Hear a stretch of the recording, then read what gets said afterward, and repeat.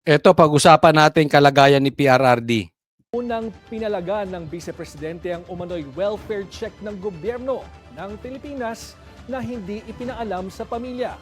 Panghihimasok daw ito sa compromised health ng dating Pangulo at malinaw na abuse of power sa vulnerable individual. Yun, yung isang issue dito ni BP Sara na grabe yung gobyerno natin na pangmamalabis, yung pag-abuso sa kapangyarihan, pinuntahan si PRRD nang walang abiso ng abogado at walang abiso ng pamilya. Diba? Alam naman natin kung sino nagpakulong. Mamaya babanggitin ko sa inyo, sino ang pumasok. Nakatanggap din daw ang ikalawang Pangulo ng impormasyon na nawalan ng malay ang dating Pangulo na natagpuan sa sahig ng kanyang selda. Git ni VP Duterte, natagpuan sa sahig ng kanyang selda. Git ni VP Duterte na wala man lang nagsabi sa kanila sa tinawag niyang accident. Yan yung nakakasama ng loob. Diba? Isipin mo, tatay mo yan.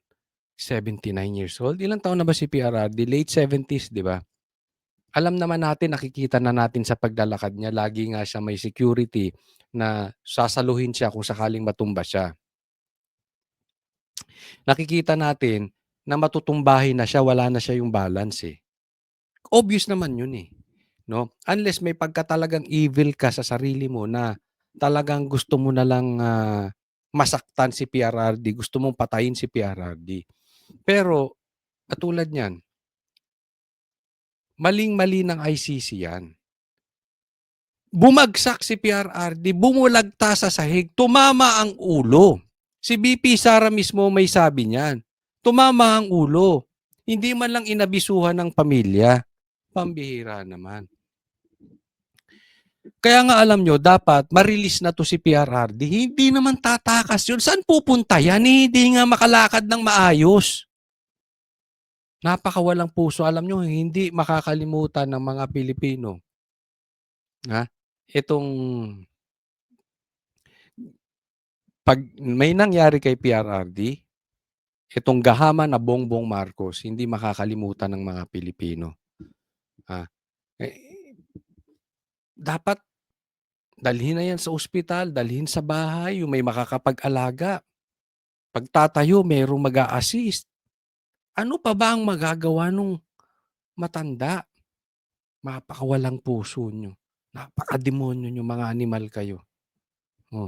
Tapos nakikuntsaba pa ang ICC dito sa Pilipinas. Magkano kaya ang bayaran sa ganito? Ako'y nagtatanong lang. Magkano kaya ang bayaran? Sobra namang insecure ng mga Marcos sa Duterte. Ang tanda na nung tao, isipin mo, takot na takot pa sila. Duda tuloy ang Vice President sa capacity ng ICC na bantayan ang seguridad ng kanyang ama. Ipinagtanggol din ni VP Sara Duterte ang kanyang ama na tinawag na flight risk ng ICC. Wala raw itong balak resbakan ang mga testigo at complainant. Wala na rin daw siyang intensyon na bumalik pa sa Office of the Mayor. Kita mo. Una, ang tanda na niya. Paano pa siya magkakaroon ng flight risk, di ba? Paano niya pababalikan yung mga testigo? Yan kasi ang ano nila eh. Paano kung balikan yung mga testigo? Ano? Talaga ba kayong napaka-in denial?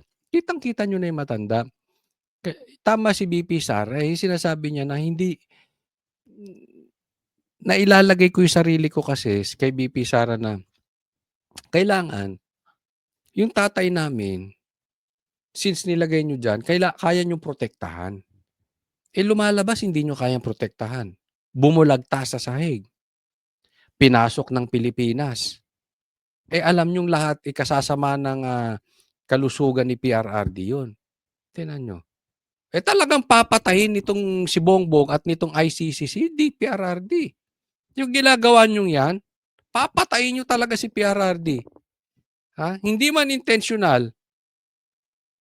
Siguro ganyan na lang ang ginagawa ninyo para wag magmukhang intentional. Pero yung nangyaring ganyan, papasok-pasukin ng iba, hindi naabisuhan ng abogado. Bakit pa may abogado? Yung pamilya. Diba? Wala, delikado talaga buhay ni PRRD dyan sa ICC na yan. Dapat But, may bawi yan. Akala nyo, may bawi yan. Akala nyo lagi kayo nasa power? Sa huli, panawagan niya na igalang ng ICC ang health at wellness ni former President Rodrigo Duterte. Pinalaga naman ng palasyo ang pahayag ng abogado ni former President Duterte na hindi tutol ang Pilipinas sa kanyang interim release. Sinabi ni Palace Press Officer Undersecretary Claire Castro na tali ang kamay ni PBBM sa pagdinig ng ICC. Inakusahan din ni Castro si Attorney Nicholas Kaufman na master sa pag-twist ng facts. Ayan. Okay, dalawa. Dalawa sinabi ni Castro dito kay Attorney Kaufman. Sasabihin ko sa inyo, ito si Claire ay reyna talaga ng fake news. Sabi niya, tali ang kamay ni Bongbong Marcos patungkol sa kaso dyan sa ICC. So, ibig sabihin, labas kami dyan. Labas kami dyan. Wala kaming kinalaman dyan. Yan ay between ICC and PRRD. Pangalawa, yung sinasabi niya, mahilig daw mag-twist ito si Kaufman. Isa lang ang sagot ko dyan. Ikaw, Claire, at yung amo mo, ang nuknukan ng sinungaling. Kayo ang mahilig mag-twist. Sasabihin nyo, wala kayong kinalaman.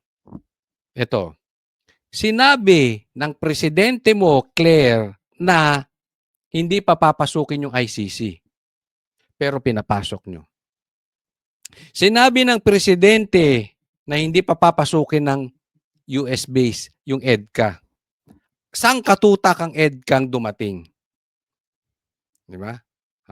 Anong sabi ninyo? Walang pumasok na baril sa KOJC. Libo-libong baril ang pumasok sa KOJC.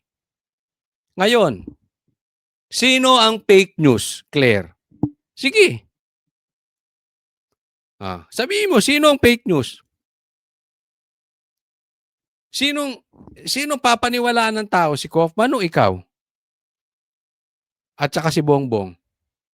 Ang dami niyong pinake news eh. Sige, pagtanggol mo, walang pumasok na baril sa KOJC? Hindi sinabi ni Bongbong na papapasukin ng ICC? Sinungaling kayo, kaya nga siguro kayo, dahil sa sobrang sinungaling nyo, pati sarili nyo, naloloko nyo. Ganyan kayo kung merong nuknukan at ganid sa pera, si Bongbong yun. Meron ding nuknukan at ganid sa pagsisinungaling. Kayong mag-amo. Ikaw natuta at pati yung amo mo. No. Tingnan po natin, sino ba yung pumasok? Pinapasok ng Pilipinas para puntahan si PRRD. Tingnan nyo, manggagalaiti. Ito, basahin natin yung sinabi ni Pulong. Si Trililing pala ang pinadala ng mga bangag para mag-welfare check kay PRRD. Baka magkalat ka ng virus mo dyan at di ka pa naman na-inject ng anti-rabies shot mo. Alam mo, dapat paimbestigahan yan. Kung may katotohanan to sinasabi ni Pulong na siya ang pinadala para checkin si PRRD, talagang papatayin. Talaga, alam naman nating galit na galit to si Trillanes kay PRRD. Nag-away pa sila sa hearing. The mere fact yung pagmumukha nito, talaga ma-high blood na si PRRD. Tingnan mo naman ang muka. Di ba? Kasi nakakapang-init yung mga taong matapang lang dahil lamang sila. Pero duwag naman talaga. Tingnan mo to si Trillanes. Hahamunin mo 79 years old. Pupuntahan mo doon, alam mo nang mahina. Why don't you get your own size? Di ba? Yung kasing tanda mo. Kasing laki mo. Ba't hindi kayo ni Pulong mag-boxing? Di ba? Try mo lang. Delikado yun. Pag pinasok niyan, baka patayin niyan si PRRD. Kaya dapat imbestigahan to Ito namang si Bongbong. Grabe gobyerno natin. Sobra kayong desperate. Kung susundan ko to sinabi ni Pulong, ang pinadala mo pa si Trillanes. Wow, talagang kain suka kayo. For your information, okay? May mga natanggap akong intel patungkol dito. At matagal ko nang sinasabi 'to sa vlog ko para lang dun sa mga bago na hindi pa nila napanood yung mga dati kong vlog. Matagal ko nang sinasabi, talagang ang nagbigay ng idea kay Bongbong Marcos na papasukin ang ICC ay ito si Trillanes. Ito yung demonyong bulong ng bulong kay BBM. Sa kanya lahat 'yan. Kaya nga sabi ko, grabe 'to si ano, grabe ka-loser 'no 'to si Bongbong. Talagang kakain 'to ng suka para lang dahil hindi niya kayang kalabanin ang Duterte. Lahat na lang gagawin. I mean, ang dami mong puwedeng ipadala sa ICC, si Trillanes pa. Eh, di anong sasabihing report niyan? Eh, di so dilaw, 'di ba? So what so dilaw? So lie. So communist. Magdemanda kayo kung magdedemanda kayo, 'di ba? Ano pa sasabihin niyan? Bias 'yan, ano pa? May sinabi ba 'yan na tama? Ang dami niyang sinasabing bank account ni PRRD, hindi naman niya mapatunayan.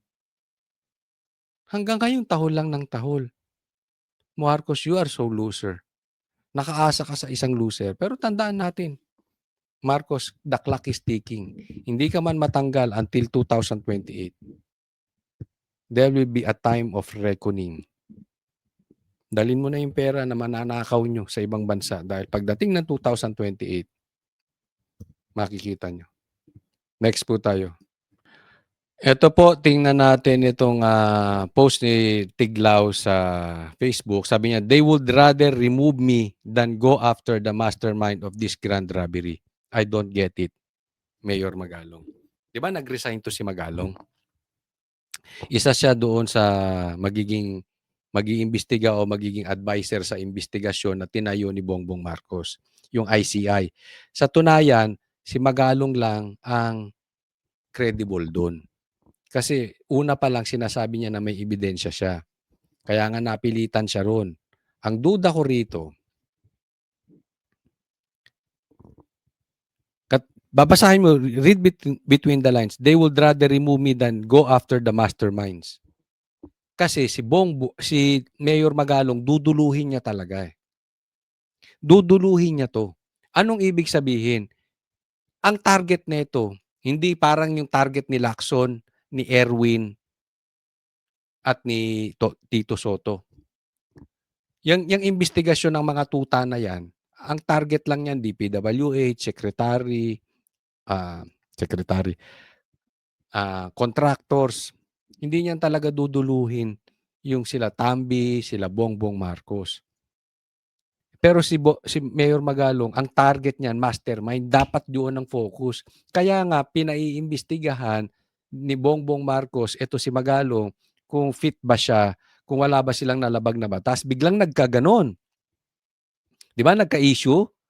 Kasi nga, tatamaan si Bongbong. Kaya naman to si Magalong, nag-resign na.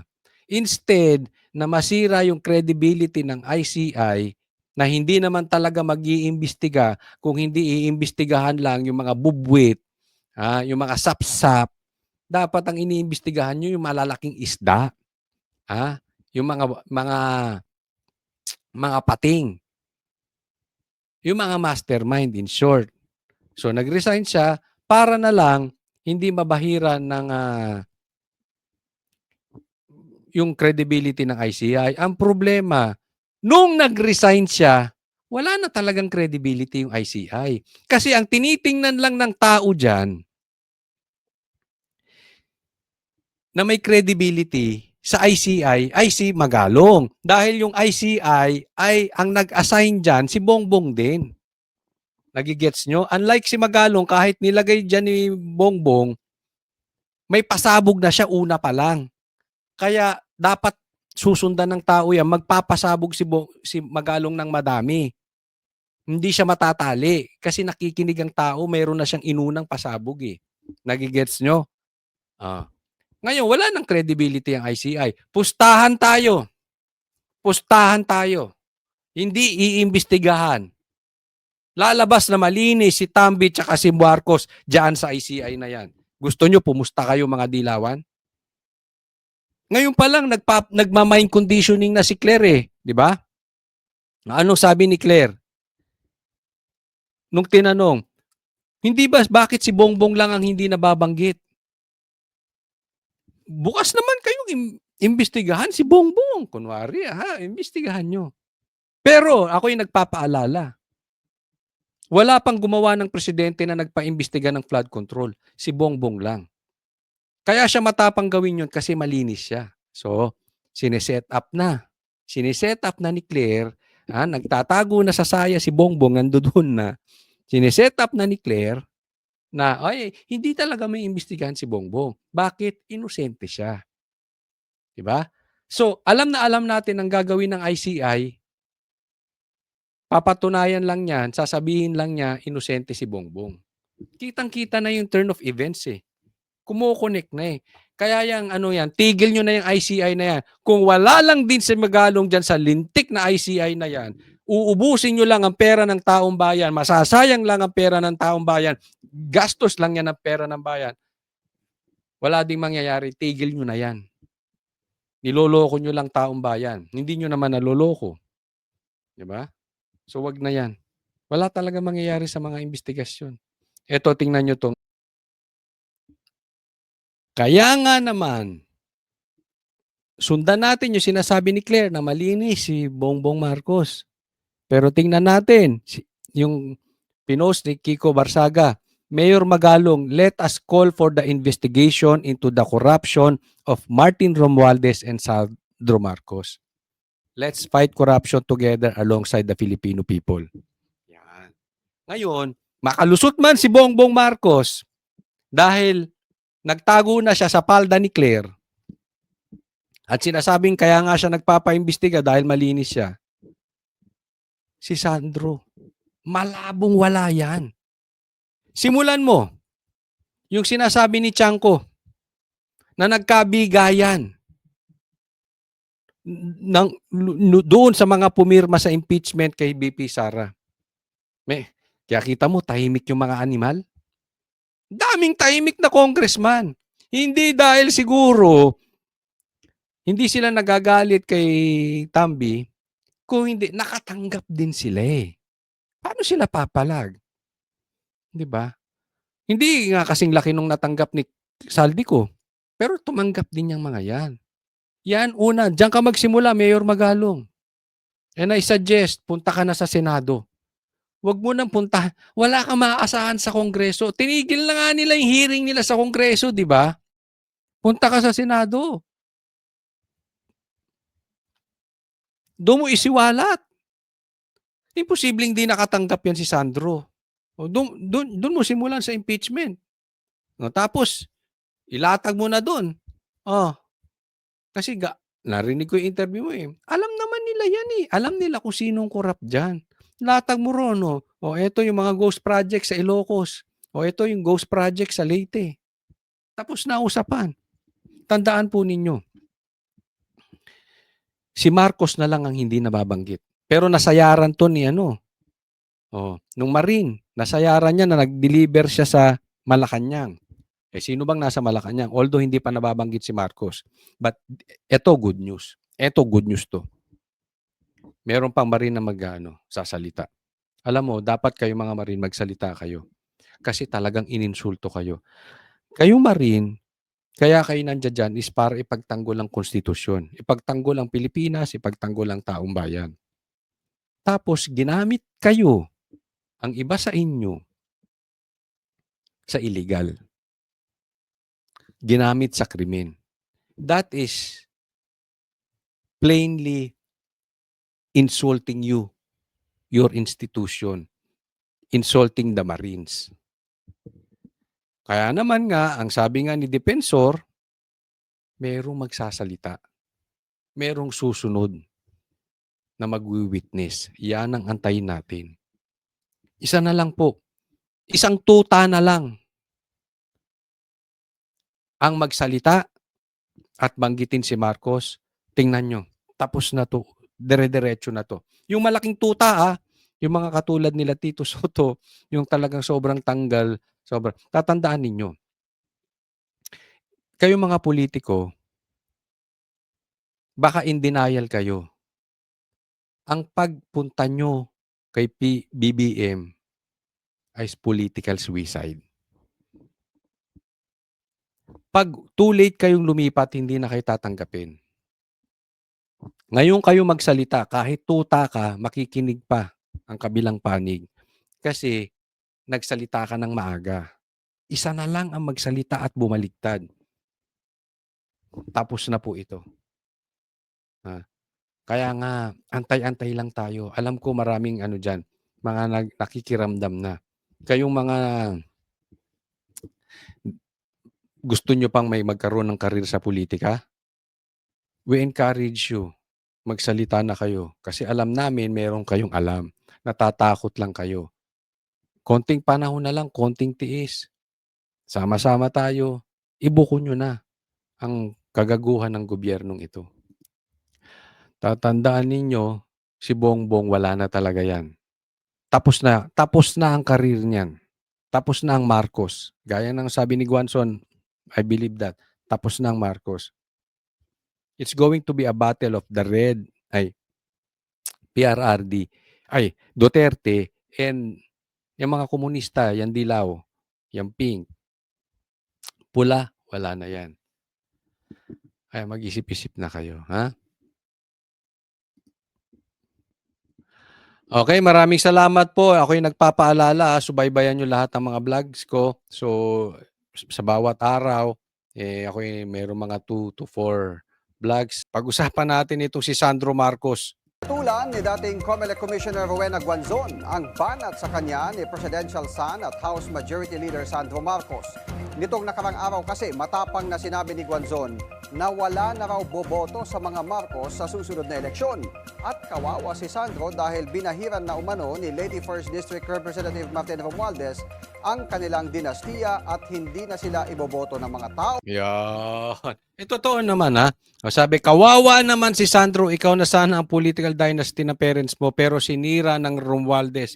Actually, Attorney Guanzon, hindi lang po si Romualdez ang sumira. Kasi isipin nyo to ha, pinagbigyan makabalik si Bongbong Marcos. Actually, kahit ang Duterte, pinagbigyan siya dahil hindi naman mauupo si Bongbong Marcos kung hindi si Vice President Sara ang bumaba bilang tumakbong bilang Vice President. Alam naman ng lahat yan, kung tumakbong bilang President si Sara ang presidente natin. So, nabigyan lang ng pagkakataon si Bongbong Marcos. Isipin ninyo, kung si Bongbong Marcos ay nag-ayos, isipin nyo lang, walang anomalya ng ICC, walang anomalya ng nakawan, walang anomalya ng flood control. Halimbawa lang, naayos niya ang bansang Pilipinas. Kahit hindi kasing sobrang ayos, at least man lang, hindi talaga mabaho katulad nung nangyari ngayon. Yung normal, parang average. Naging average lang na presidente si Bongbong Marcos, hindi yung super below average. Yung talagang, the worst kasi ito eh. Si Sandro Marcos ang nako. Sigurado yung guaranteed dyan si Sandro Marcos magiging presidente. Ang mangyayari niyan, susunod si Sara, ang susunod si Marcos. Dahil napatunayan nung tatay niya na magaling. At yung kapalpakan ni Marcos Sr. ay hindi nakuha nung anak na si Bangag. So, nakinabang sana si Sandro dyan. Even si Amy makikinabang sana dyan. Kaya lang sinira dahil sa ganid. Tama si Atty. Guanzon, nasira nung kanyang tiyuhin na si Romualdez, pero hindi lang si Romualdez ang sumira dyan. Kasi may go signal yan ng tatay niya ni Bongbong Marcos. Posible nga yan, pati nga yan si Sandro Marcos, may bahid yan eh. Congressman yan, nakinabang, pumirma din yan. Huwag mong sabihin walang natanggap yan. Kasi sabi nga ni Chanco, lahat ng pumirma sa impeachment ni VP Sara nakatanggap. Di ba pumirma rin yan si Sandro? Sagot na post ng Batang Marcos, masyado pa raw siyang bata para tumakbo ng presidente, senador o vice-presidente sa 2028. Hirit Ayan, ang issue ngayon ni Sandro, teka muna, bata pa ako, hindi pa ako pwedeng tumakbo bilang presidente or vice president sa 2028. Kaya nga tinutulungan ka ng tuta mo eh. Oh, sino? Si Tuta Soto, yung ginagawang noontime show, yung Senado na gustong ibaba yung para ka makatakbong presidente. So siguro tinitingnan niya ikaw or yung kanyang pamangkin na si Vico Soto. Oh. Yun ang sagot ni Sandro. pa niya, muling i-review ni Guanzon ang Constitution bago magsalita. Patay ka dyan. Diyan ka patay. Huwag mong babanatan ang isang tao doon sa area ng kanyang strength. Lalong-lalo na kung iyon ay iyong weakness. Para mong sinabi, oy, mag-practice ka ng basketball, NBA player, ininsulto mo. Ikaw nga, hindi ka nga player ng basketball sa barangay nyo eh. Ito, ininsulto mo ng konstitusyon, patay ka, Sandro. Tanga talaga to si Sandro. Naalala nyo si Sandro, mahilig sumagot ng sumagot. Ito, payo ko lang sa'yo, Sandro, ha?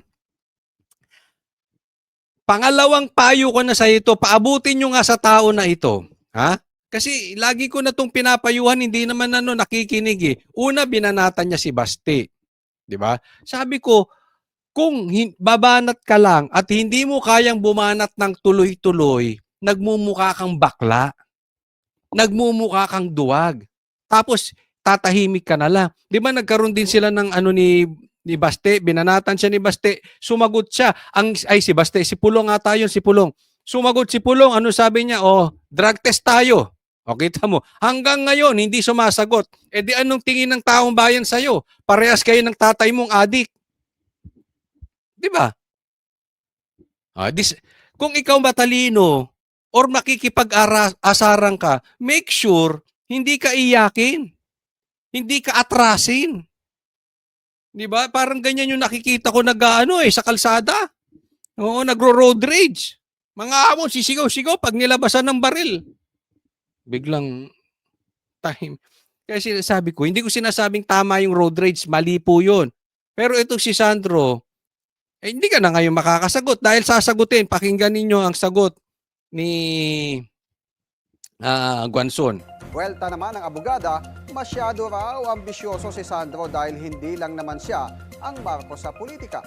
Ibinida rin ni Guanzon ang kaniyang credentials bilang professor sa UP College of Law at pagiging top 10 bilang law student. Yan. Mahirap yan ha. Yung maging law student ka lang mahirap na. Yung maging top 10 ka pa. Matindi. Matalino ito. Ha? Niyari ka, nayari si At saka hindi naman sinabi ni Guanzon na ikaw lang ba ang Marcos? Oh, mali na naman. Nagmukha kang tanga ron.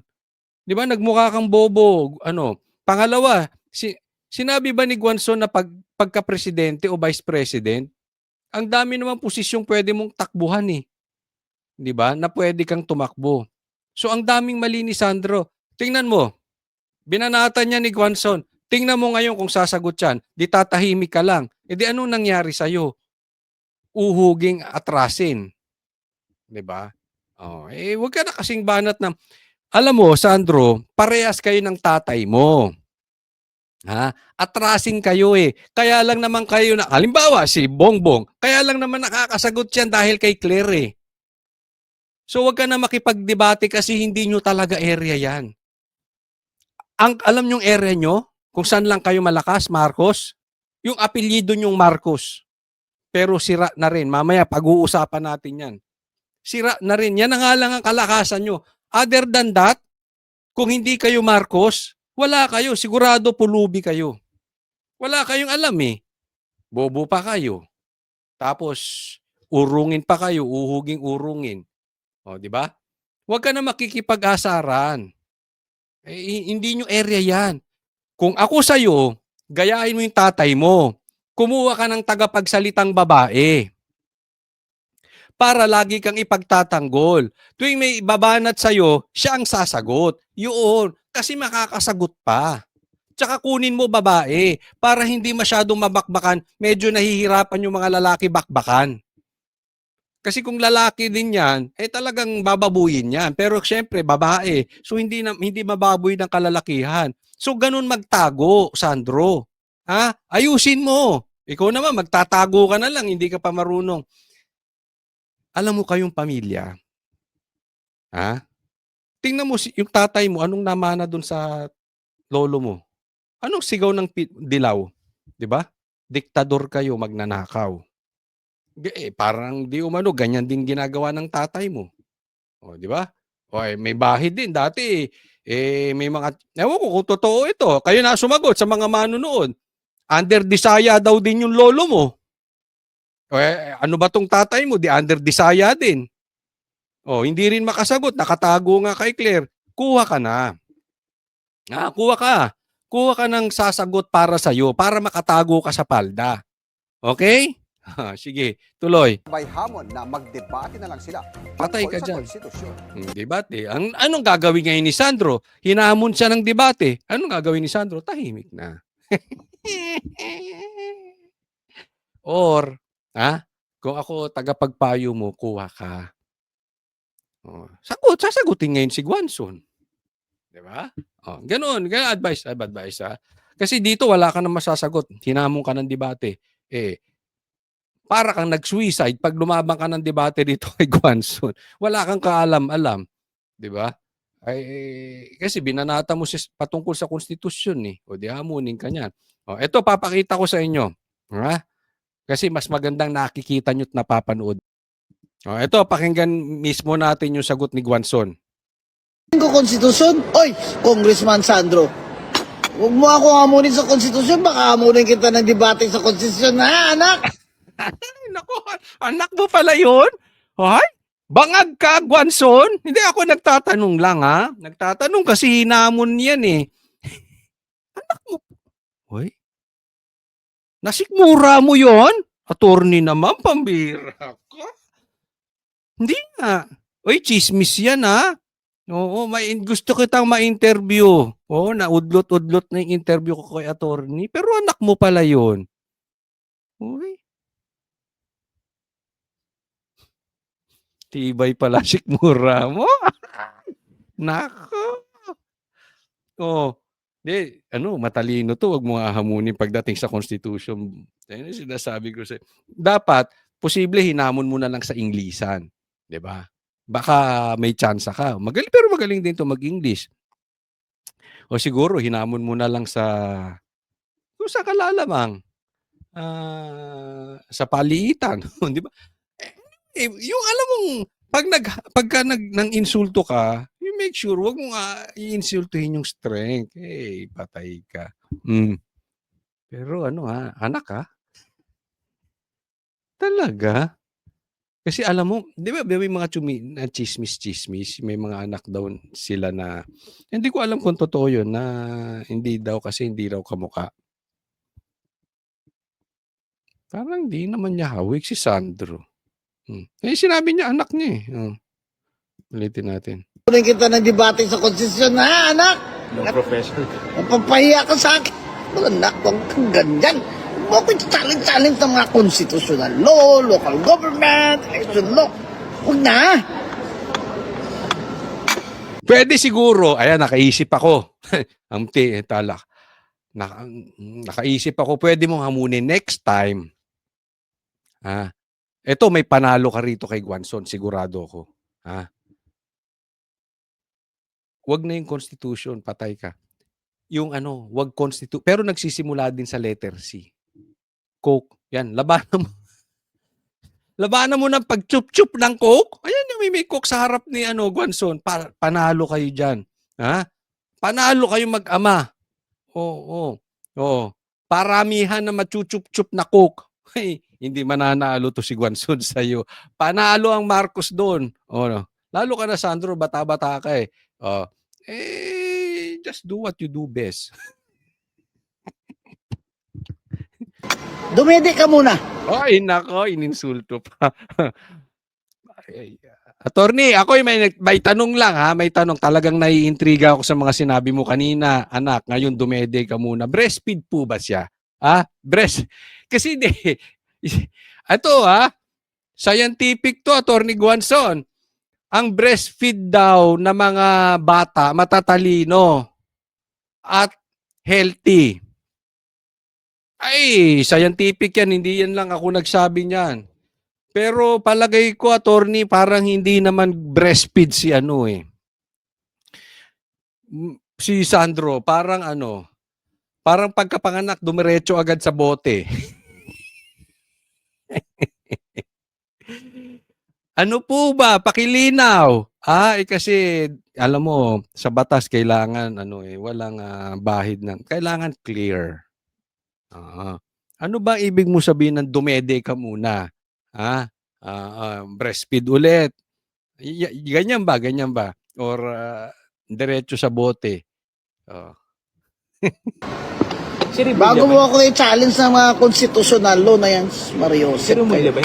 Alam ko kung asan tong lugar na to eh. Manila Hotel to eh. Halika. Debate tayo, Sandro.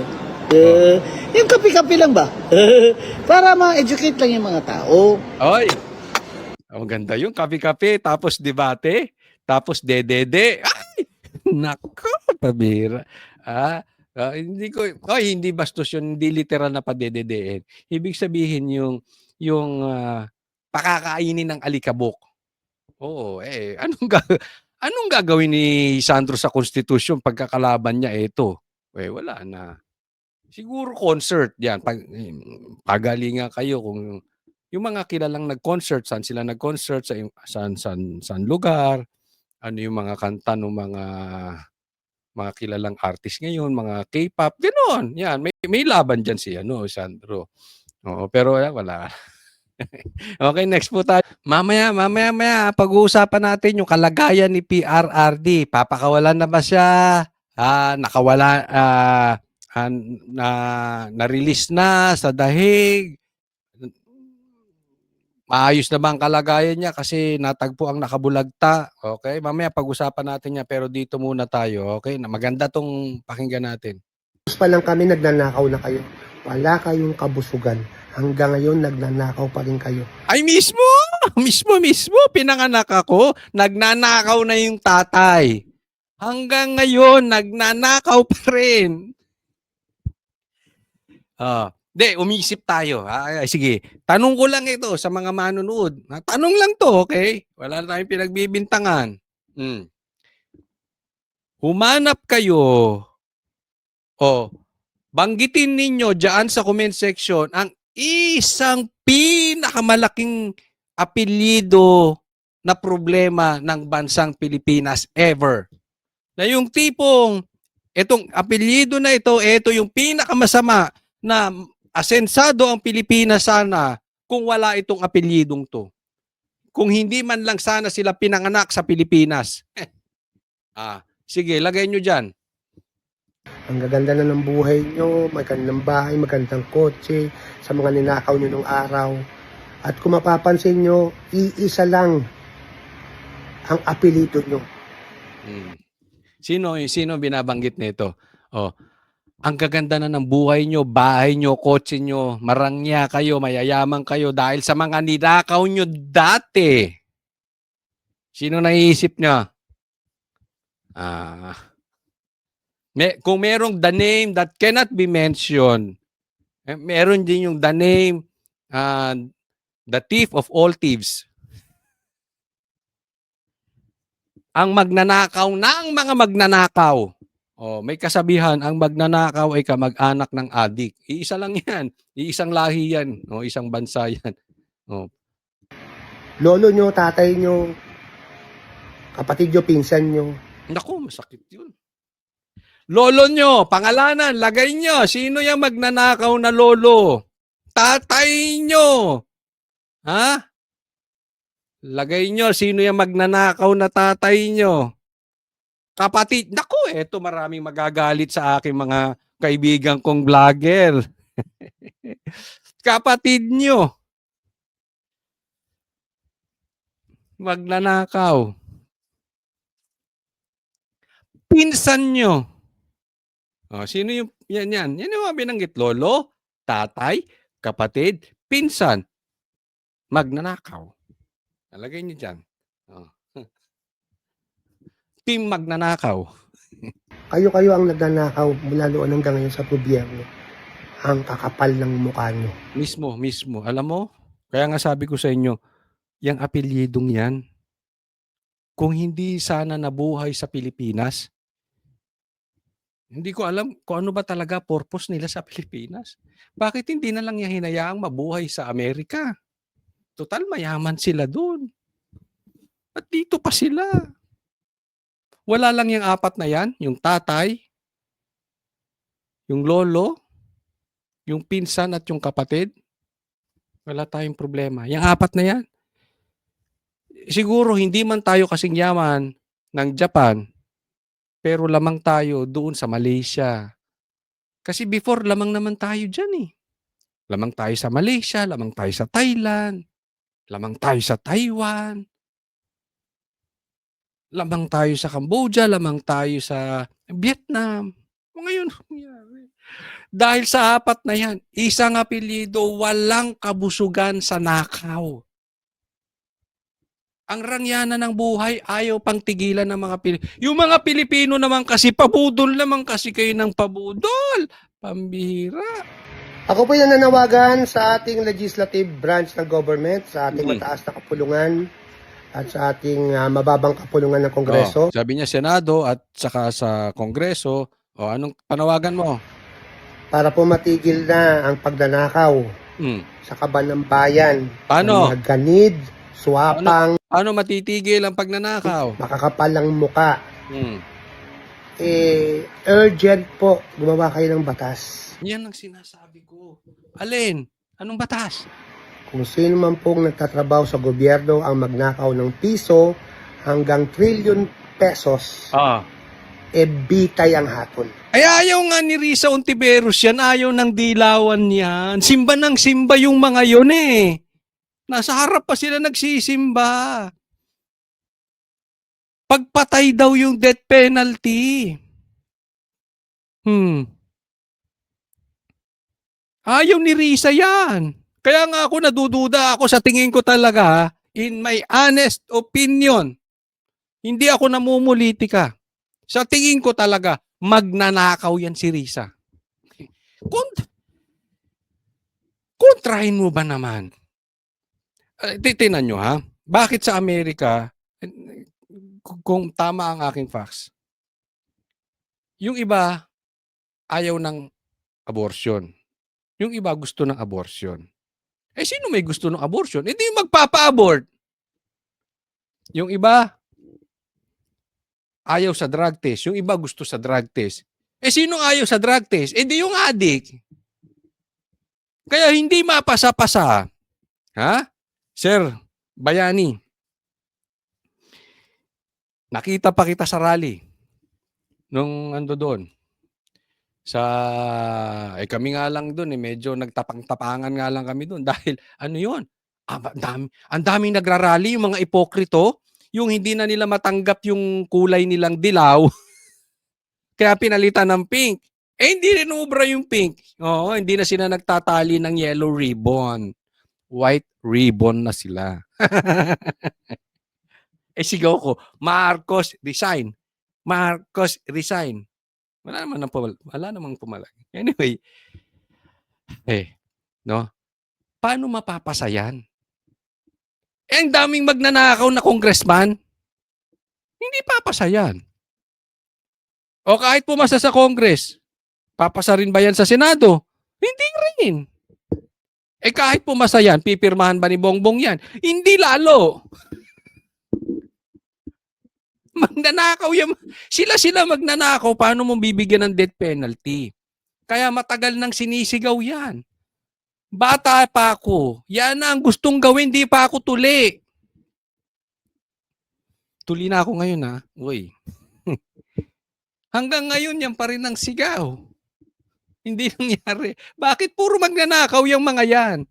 Wala na yung death penalty. Kaya kauna-unahan dyan. Guaranteed yan. Si Risa magnanakaw yan. Risa magnanakaw. Risa magnanakaw. Bakit ka takot? Di ba? Oo. Kamatayan. Firing squad, lethal injection, firing, silya elektrika. Gawin nyo po yan. Sana po gawin nyo. Kasi yung death penalty, ayaw nyo eh. Dahil kasama doon ang plunder eh. Ngayon, gawin nyo po ngayon yan. Alam mo, ginagawa yan ni Bato ngayon. Pinipigilan. Paano kala ni Bato yan eh? Ang ganda-ganda ng investigasyon. Anong ginagawa nitong tatlo? Si Lacson, si Erwin, tsaka si Ping. Di ba? Kaya walang mangyari sa investigasyon eh. Hinaharang nitong tatlo. For sure, haharangin din yan. Haharangin ng Dilaw yan. Haharangin ng tuta ni Tambi yan. Haharangin ni Risa yan. Walang mangyayari. Para pong awa nyo na po. Para pong matigil na po ito. Matagal nyo na pong ginagawa ito eh. Pitos pa lang kami, nagnanakaw na kayo. Wala kayong kabusugan. Mismo sabi ko nga eh, hindi pa ako tuli. Nagnanakaw na yung tatay. Ngayon naman yung anak.